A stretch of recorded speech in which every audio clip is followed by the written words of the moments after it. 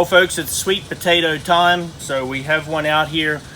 Going to plant it nice and deep, and you'll end up with about 3 to 5 sweet potatoes off each one plant. So ideally you kind of plant it pretty deep.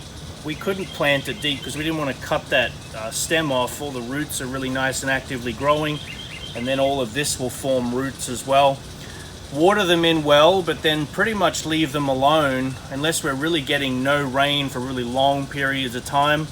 They're very, very easy. They don't really need a whole lot of water. So nice, easy sweet potato. Enjoy growing it at home and having that fresh flavor, and available and ready. Look forward to seeing you at the farm.